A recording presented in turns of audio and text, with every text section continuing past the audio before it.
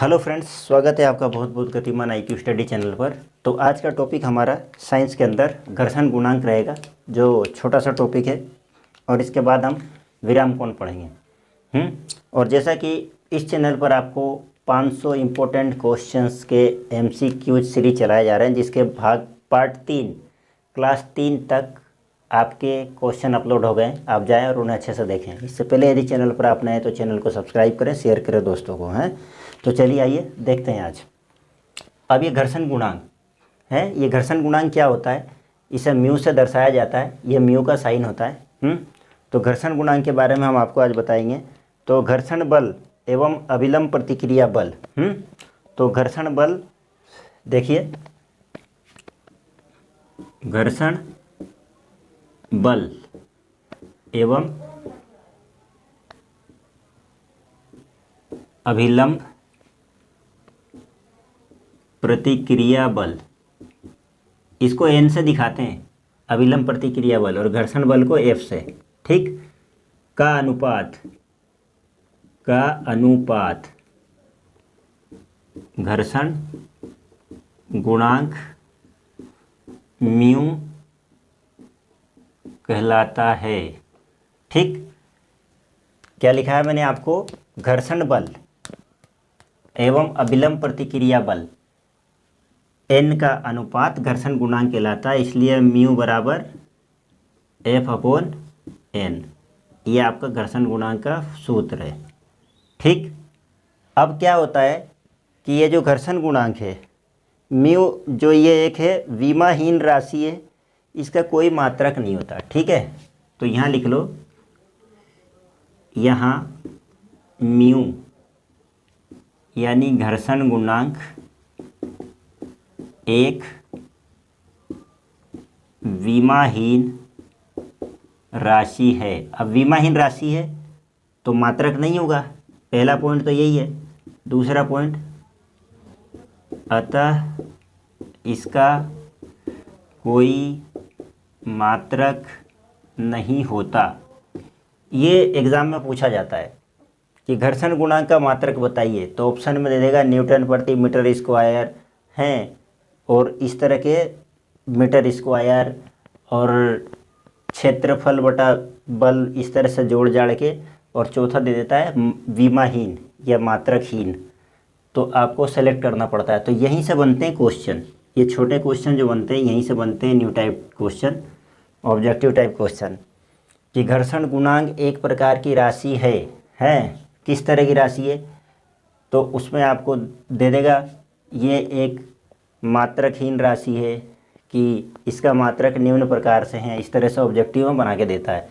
तो ये घर्षण से रिलेटेड एक छोटा सा टॉपिक था जो मुझे आपको बताना था, वो मैंने बताया कि घर्षण गुणांक क्या होता है। घर्षण बल एवं अभिलंब प्रतिक्रिया बल N का अनुपात घर्षण गुणांक कहलाता है, जिसे म्यू से दर्शाते हैं। अतः म्यू बराबर क्या होता है? F/N, यानी ये तो घर्षण बल और ये अभिलंब प्रतिक्रिया बल N है। तो ये अनुपात में हो गए।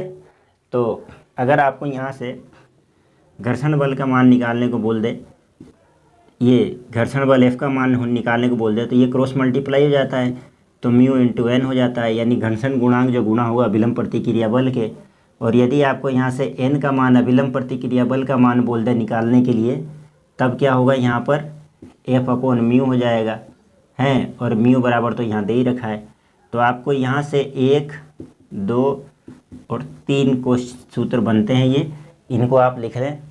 यहाँ आपका ये घर्षण गुणांक खत्म हुआ। अब हम पढ़ेंगे विराम कोण है। तो पहले आप इसका स्क्रीनशॉट ले लें। अब देखिए, अब हमारा इसमें टॉपिक चलेगा घर्षण के अंदर विराम कोण है। विराम कोण, अब ये क्या होता है? विराम कोण क्या होता है? तो विराम कोण के बारे में हम पढ़ेंगे। तो इंग्लिश में बोला जाता है एंगल ऑफ रिपोज है, एंगल ऑफ रिपोज, REPOSE है, POSE। देखिए विराम कोण क्या होता है, समझने की कोशिश करना, मैं बोल रहा हूँ जो है। देखिए जब कोई वस्तु, मैं समझाने की कोशिश करता हूँ आपको, पहले एक डायग्राम बना देता हूँ छोटा सा, ठीक है।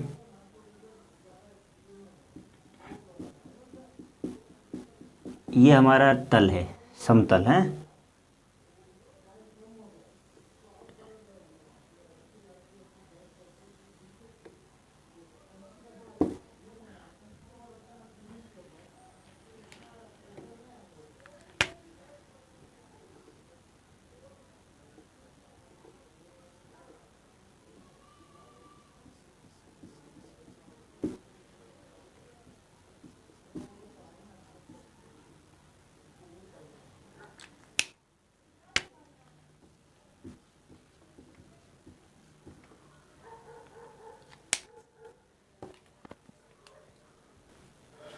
देखिए, अब मैं बोलता हूँ, ध्यान से सुनना और फिर मैं आपको ये समझाता हूँ, हैं।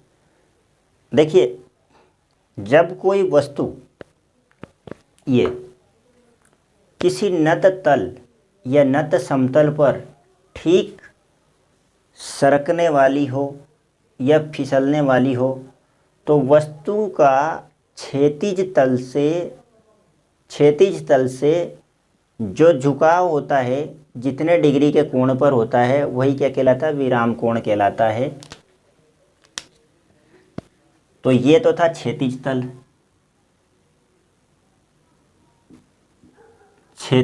तल, ये वाला है, ये वाला। और ये वस्तु किसी नत तल पे रखा हुआ है, ये थीटा। तो ये कंडीशन भी क्या होता है कि अभी ये फिसलेगी नहीं। क्यों? क्योंकि इतना झुकाव नहीं है इसका।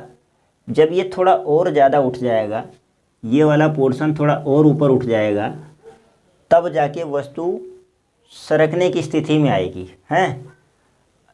तो आनत तल का क्षैतिज दिशा के साथ या नत तल का किसी नत समतल पर, है ना, ये नत समतल कहलाता है, जिसका झुकाव, नत तल जो है जिसका झुकाव क्षैतिज तल से जितने कोण पर होता है उस पर वस्तु फिसलने ही वाली हो, तो वो कहलाता है विराम कोण। तो इसको मैं दोबारा बनाता हूँ क्योंकि इस पर तो वस्तु फिसलेगी नहीं। तो अगर इसकी अवस्था ऐसे कर दें हम, आपको समझाने के लिए दोबारा बना रहा हूँ मैं। यह क्षैतिज तल हो गया और इसकी कंडीशन में अगर ऐसे कर दूं,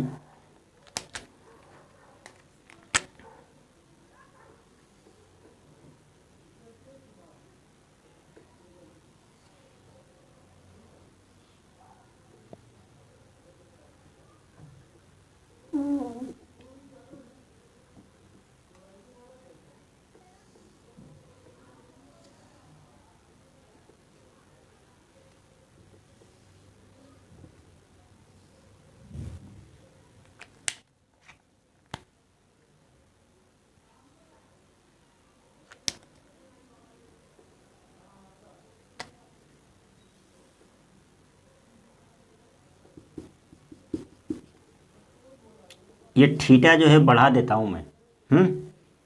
थीटा को मैंने बढ़ा दिया, यानी कोण का मान मैंने बढ़ा दिया। फिर इस पर कोई वस्तु मैं यहाँ रखूँ तो जाहिर सी बात है कि अब वो वस्तु सरकने की स्थिति में आ गई है और सरक भी सकती है, हैं। तो मान के चला थोड़ी देर के लिए, अभी मैं पहले लिखता हूँ यहाँ, आपको बताता हूँ कि जब कोई वस्तु किसी नत समतल पर, यहाँ लिखता हूँ मैं, जब कोई वस्तु किसी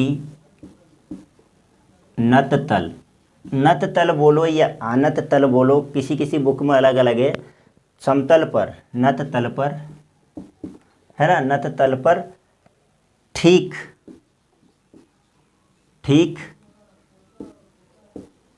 फिसलने वाली हो, है। तो देखो इसमें तो नहीं फिसल रही है ये, लेकिन इसमें फिसल रही है, फिसल जाएगी जहाँ तक कि चांसेस दिख रहा ना मैं कि यहाँ तो स्थिर है वो, है ना। थोड़ा और उठाऊंगा तो भी नहीं फिसलेगी, लेकिन यहाँ तो श्योर फिसलेगी, क्योंकि देखो टेढ़ा हो गया, ये बहुत ज़्यादा उठ गया है नत तल, मतलब क्षैतिज तल से, है ना, ज़्यादा झुकाव है, ये कोण का मान ज़्यादा हो गया। तो फिसलने वाली हो तो वस्तु का क्षैतिज तल से झुकाव कोण, तो वस्तु का क्षैतिज तल से झुकाव कोण झुकाव कोण है, ये वाला कोण, ये झुकाव कोण है ना, ये ज़्यादा झुका है इस पर, है ना, तो झुकाव कोण ही विराम कोण कहलाता है। इसे थीटा से दर्शाते हैं है। अब मान के चलो कि यहाँ थीटा बराबर 20 डिग्री है, तो उसका उठाव कम है यानी झुकाव कम है, तो वस्तु नहीं फिसलेगी।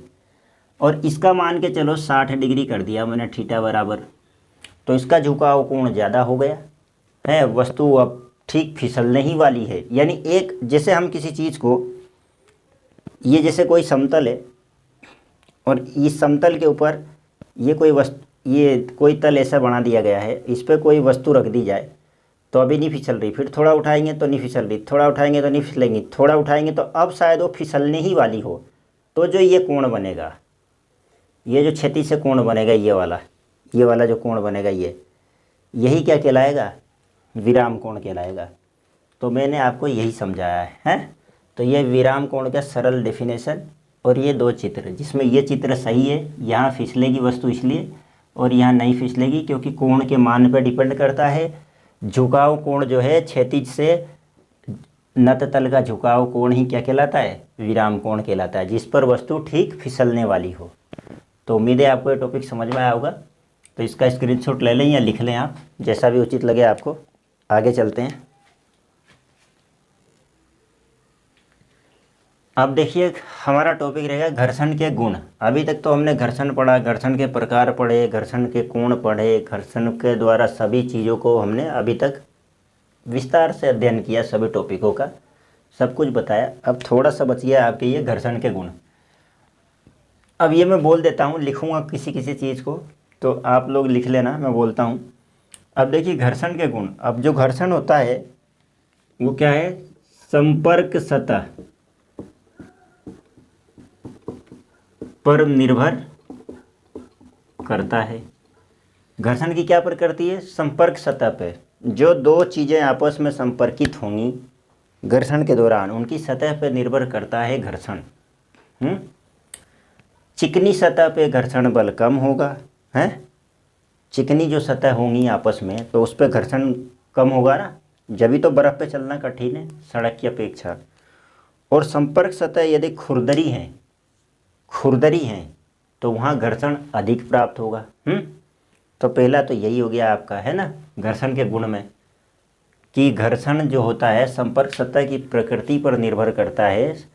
चिकनी संपर्क सतह पर घर्षण कम होता है, और खुरदरी घर्षण सतह, खुरदरी समतल सतह हो या खुरदरी सतह हो, संपर्क सतह, वहाँ घर्षण का मान अधिक होता है। यही कारण है कि बर्फ़ पे चलना कठिन होता है अपेक्षाकृत सड़क पे। ये क्वेश्चन मैंने अपने MCQs में कराए हैं। आप वहाँ जाकर प्ले लिस्ट में जाकर जो भी ज़रूरत हो आपको, बेसिक मैथ, ट्रिकी मैथ, विस्तार से कॉम्पिटिटिव एग्ज़ाम के लिए मैथ, साइंस के लिए वीडियो अवेलेबल है, पूरा एकदम एक एक चीज़ समझाते हुए जीरो से। MCQs में इतने शानदार क्वेश्चन हैं। अगर आप इस चैनल को सब्सक्राइब करके इसके प्लेलिस्ट पे जाते हैं तो आप देखिए आपकी कितनी बेहतरीन तैयारी होती है। इसका आकलन आप खुद ही करना है। अब संपर्क सतह घर्षण के गुणों में मैंने ये आपको बता दिया। अब क्या होता है कि ठोस और ठोस वस्तुओं के मध्य, जब वस्तुएं, देखो मैं समझाने की कोशिश करता हूँ, ठोस प्लस ठोस, इसमें घर्षण क्या होगा, सबसे अधिक। दोनों वस्तुएं ठोस हो तो घर्षण अधिक होगा ना। किसी भी दो वस्तु ठोस वस्तु हों, उनको आपस में रगड़ा जाए तो घर्षण ज़्यादा होगा। ठोस प्लस द्रव, इसमें क्या होगा, घर्षण कम होगा, है, किसकी अपेक्षा, इसकी अपेक्षा, है ना, इसकी अपेक्षा इसमें घर्षण कम होगा। एक ठोस है और एक द्रव है, तो घर्षण तो होगा उनमें भी। यही तो कारण है कि दो मशीनिंग पार्ट जो ठोस ठोस होता है उसके बीच में क्या करते हैं हम, ल्यूबॉयल को प्रेषित करते हैं। तो ल्यूबॉयल क्या होता है कि दो घर्षण होने वाले पार्टों के बीच में एक पतली फिल्म बना लेता है, एक पतली परत बना लेता है, लेयर बना लेता है, जिससे उनके घर्षण को कम किया जा सकता है। तो ठोस और द्रव का जो घर्षण होता है वो कम होगा इसकी अपेक्षा, और ठोस प्लस वायु एयर का जो घर्षण होता है सबसे कम होता है, सबसे कम होता है। इसमें घर्षण होता तो है लेकिन बहुत कम होता है। तो ये तीन चीज़ों को भी आप याद रखना अच्छे से, पहला, दूसरा और तीसरा। ठोस के मध्य घर्षण सर्वाधिक होता है, हैं? ठोस द्रव के मध्य घर्षण अपेक्षाकृत कम होता है, और सबसे कम ठोस और वायु के मध्य घर्षण होता है, सबसे कम। तो इन चीज़ों को आप याद रखना, ठीक है। आगे देखिए, एक आता है स्नेहक, जिसकी बात मैं अभी कर रहा था। स्नेहक हैं, ल्यूब्रिकेंट है। अब ये ल्यूब्रिकेंट का क्या काम है, ये मुझे समझाने की ज़रूरत नहीं है, आप सभी लोगों को मालूम है और हम कंटिन्यू इस काम को करते ही आ रहे हैं। तो ल्यूब्रिकेंट क्या होता है? ल्यूब्रिकेंट स्नेहक है, इसका प्रयोग हम ल्यूबाइल, जैसे ल्यूबाइल का नाम सुना है आपने? तो ये जो ल्यूबाइल होता है ये ही लुब्रिकेंट कहलाता है। इसके प्रयोग से हम घर्षण के मान को कम करते हैं। क्यों? क्योंकि घर्षण क्या होता है, ऊर्जा की हानि होती है घर्षण से, है ना। अब ऊर्जा को ना तो नष्ट किया जा सकता है ना ही संचय किया जा सकता है, तो कहीं ना कहीं तो मुक्त होती है ऊर्जा। तो वही जो ऊर्जा ह्रास हो रहा है वो क्या करती है, मशीनिंग पार्ट्स को गर्म कर देती है। जो हीट एनर्जी में चेंज हो जाता है वही ऊर्जा जो नष्ट हो रही थी ना, घर्षित तो होगी। जब घर्षण ज़्यादा होगा तो हीट उत्पन्न होगा, आपको पता है, तो वो तापीय ऊर्जा में चेंज हो जाएगी, है, परिवर्तित हो जाएगी। तो स्नेह का उपयोग क्या करते हैं हम, कि इसका उपयोग दो ठोस सतहों के बीच में ठोस और द्रव के रूप में करते हैं, ठोस प्लस द्रव के रूप में करते हैं, जिससे क्या होता है कि घर्षण का मान कम होता है। घर्षण का मान कम होने की वजह से होने वाले नुकसान को बचाया जा सकता है। तो ये स्नेह काम आता है घर्षण को कम करने के लिए, ठीक है। तो इसके प्रयोग से घर्षण को कम किया जा सकता है। मैं इतनी देर से आपसे यही कहना चाह रहा हूँ, क्योंकि द्रव और ठोस सतह क्या होता है, एक प्रकार से इनके प्रयोग से इनके मध्य घर्षण कम हो जाता है। अब आपने देखा होगा मशीनों के बीच में जो ये मशीनें होती है किसी भी चीज़ में, ये मैं समझा रहा हूँ घर्षण के अंदर है सब। मशीनों के बीच में क्या होता है, बॉल बेयरिंग लगा होता है, बॉल बेयरिंग आपने देखा होगा, बॉल बियरिंग। ये जो बॉल बेयरिंग होता है इस तरीके से होता है, इस तरीके से होता है। यहाँ पे ये बॉल लगे होते हैं ऐसे ऐसे, ध्यान से देख लो जिन्होंने नहीं देखा हो। इस तरीके से बॉल लगे होते हैं। तो इसमें क्या होता है कि ये जो बियरिंग है अंदर वाला सिरा, ये फ्री मूवमेंट करता है इस बॉल के ऊपर। तो ये जो बॉल बियरिंग है ये सर्पी घर्षण को लोटनी घर्षण में परिवर्तित करता है। किस में परिवर्तित करता है? सर्पी को लोटनी में परिवर्तित करता है। नोट कर लो इस बात को आप।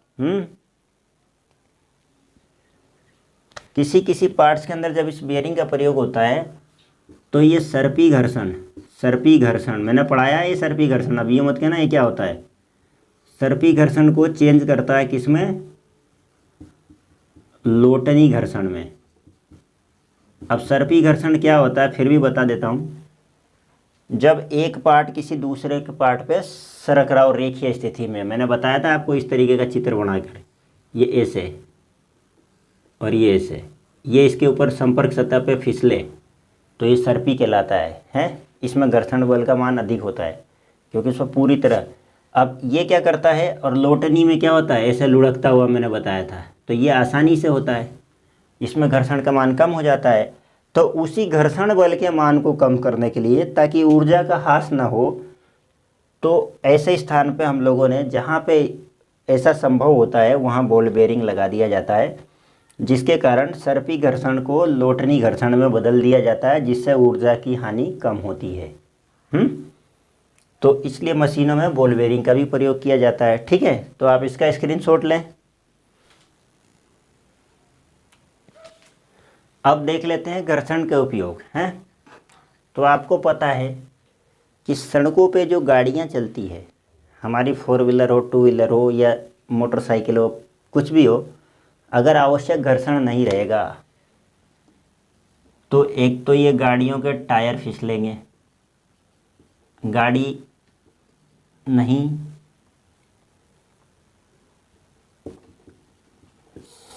सड़क पर चलना असंभव।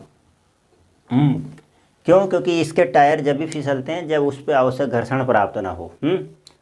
तो फिसलने से बचाने के लिए घर्षण का उपयोग है, तभी चल पाएगी जब तक घर्षण नहीं रहेगा। हैं हम सड़क पर चलेंगे तो हमारे पैरों के तलवों के नीचे घर्षण चाहिए। क्यों? क्योंकि बर्फ़ पे चल लेते ना, फिर हम देखें, क्योंकि वहाँ घर्षण नहीं मिलता तो नहीं चल पाते। अब मैं बोलता जाता हूँ, मैं लिखूँगा नहीं, आप अपनी डायरी में नोट कर लेना इसको। सेकंड पॉइंट है कि चिकनी सतह पर घर्षण कम होने के कारण ही हम नहीं चल पाते हैं या चलना असंभव है। यही कारण है कि बर्फ़ पे चलना असंभव है। तेलीय पदार्थों पे चलना असंभव है। जैसे कहीं ऑयल गिरा हुआ है, लूब ऑयल गिरा हुआ है, आप उस सतह पे चलेंगे तो 101% आप फिसलेंगे। क्यों? क्योंकि वहाँ घर्षण का मान कम हो गया है, एक परत बना लिया उस स्नेहक ने। स्नेहक मतलब लुब्रिकेंट, बोले तो लीव ऑयल हैं, उसने एक परत बना लिया, उससे आपको घर्षण मिल ही नहीं रहा ज़मीन से, आप फिसल के गिर गए। ठीक है। और क्या हो सकता है देखिए, घर्षण जहाँ घर्षण नहीं है उस सतह पे यदि कोई वस्तु रखी हुई है, कोई भी वस्तु रखी हुई है जहाँ घर्षण नहीं है, तो वायु के द्वारा या वायु के बहाव के कारण वो गतिमान भी हो जाती है। गतिमान हो जाएगी, जब घर्षण है ही नहीं तो रुकेगी नहीं वो, है ना। ये भी हो सकता है। तो ये इतने गुण हैं जो घर्षण के हैं। ठीक है। तो इस प्रकार से घर्षण हमने देखा। तो ये सभी घर्षण के उपयोग हुए जो मैंने अभी आपको बोला। लास्ट रह जाता है घर्षण टॉपिक के अंदर हानि, घर्षण हानि। अब घर्षण से हानि कैसे होगी, इसकी संभावना तो आप बता सकते हैं तो बताइए, नहीं तो मैं छोटी सी संभावना है इसकी, बातें बड़ी है लेकिन 2 लाइन का आंसर है कि देखिए घर्षण के कारण क्या होता है, जब भी घर्षण होगा तो ऊर्जा का ह्रास होगा। यानी ऊर्जा अपव्यय अधिक होगा, अपव्यय बोले तो ह्रास, जिससे मशीनों की उत्पादकता पे क्या होता है, फर्क पड़ जाता है, यानी उसमें कमी हो जाती है। घर्षण अगर बढ़ जाएगा, घर्षण बढ़ जाएगा, यदि बढ़ जाएगा, ज़्यादा हो जाएगा, तो मशीनों की उत्पादकता कम होगी, कम होगी, पहला पॉइंट। दूसरा पॉइंट, अगर घर्षण बढ़ जाएगा तो ऊर्जा ह्रास होगा, ऊर्जा ह्रास अधिक होगा, हैं। तो ये सारी प्रॉब्लम आती है घर्षण के बढ़ने के कारण। और मशीनों के कल पुर्जे जितने भी पार्ट्स होते हैं, ऊष्मा अगर उसमें बढ़ रही है यानी वो गर्म हो रही है, और उसमें ध्वनि जिसके कारण मशीनें ख़राब हो रही है, तो ये सब घर्षण के कारण ही होता है। तो अगर घर्षण बढ़ जाए, ये आपका पहला हो गया और ये दूसरा हो गया इसमें घर्षण हानि में। यदि घर्षण बढ़ जाता है, ग्रेटर देन हो जाता है, तब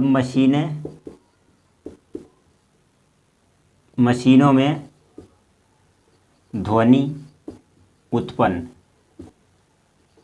ऊष्मा उत्पन्न है, कलपुर्जे जाम। ठीक है। जाम यानी सीज होना है, और उसी के साथ मशीनों का खराब होना, खराब होना, ये सारी संभावनाएं आ जाती है घर्षण के कारण। घर्षण, अब ये ना, घर्षण ज़्यादा होने के कारण किसी भी चीज़ में, ये ग्रेटर देन का चिन्ह ही है। घर्षण बढ़ने के कारण मशीनों की उत्पादकता में कमी हो जाएगी, ऊर्जा ह्रास होगा। घर्षण बढ़ जाने के कारण मशीनों में ध्वनि उत्पन्न होने लग जाएगी, क्योंकि गर्म होगा, हीट होगा, तो कोई ना कोई पार्ट्स में से आवाज़ आएगी, ऊष्मा उत्पन्न होएगी, यानी हीट बढ़ने लग जाएगा, ताप उसका ज़्यादा हो जाएगा, कलपुर्जे सीज हो जाते हैं। जब ऊष्मा बढ़ेगी, टेम्परेचर हाई होगा, तो जो आपके पार्ट्स रहते हैं वो मेटल के बने होते हैं, ज़्यादा टेम्परेचर पे वो पिघलते हैं हल्के से, और क्या होते हैं, एक्सपोंड हो जाते हैं, वो फैलते हैं। तो फैलने के कारण अब आप सपोज करो कि कोई पार्ट किसी पार्ट्स के अंदर मूव कर रहा है या उससे चिपक के चल रहा है और वो साइज में बढ़ जाए तो फिर वो चलना बंद हो जाएगा। चलना बंद हो जाएगा तो ताकत ज़्यादा लगेगी, जब ताकत ज़्यादा लगेगी तो फिर ऊष्मा उत्पन्न होगा, वो और सीज होगा और जाम हो जाएगा, जाम होने से पहले आवाज़ करेगा। तो ये सारी प्रॉब्लम घर्षण के कारण होता है। तो ये घर्षण की हानियाँ हैं जिससे मशीनें ख़राब होती है और उत्पादकता पर प्रभाव पड़ता है। तो ये घर्षण के उपयोग हुए, ये घर्षण हानि हुई। इसी के साथ आज हमारा घर्षण टॉपिक पूरी तरह से समाप्त हुआ। अब मिलते हैं अगले वीडियो में किसी नए टॉपिक के साथ, इंटरेस्टिंग टॉपिक के साथ। और जैसे ही आपके ये मैकेनिक्स यांत्रिक से संबंधित टॉपिक ख़त्म होंगे, जैसे अभी तक सब यांत्रिक पे ही चला आ रहा है जितना मैं आपको पढ़ा रहा हूँ पीछे, तो फिर इसके बाद हम इम्पोर्टेंट क्वेश्चंस इसके वापस लेंगे जो अलग से। वैसे तो एक इम्पोर्टेंट सीरीज चली रही है एग्ज़ाम के दृष्टिकोण से 500 प्रश्नों की, लेकिन इन टॉपिकों के ऊपर विशेषतया फिर मैं इम्पोर्टेंट क्वेश्चन लेके आऊँगा आपके लिए। लेकिन पहले हम पढ़ते हैं साइंस को अच्छे से टॉपिक वाइज। तो इसी के साथ आज की वीडियो में यहीं तक। अगर आपको ये सब समझ में आया तो चैनल को सब्सक्राइब करें, शेयर करें, लाइक करें, हैं। और मिलते हैं नेक्स्ट वीडियो में एक नए टॉपिक के साथ। तब तक के लिए जय हिंद।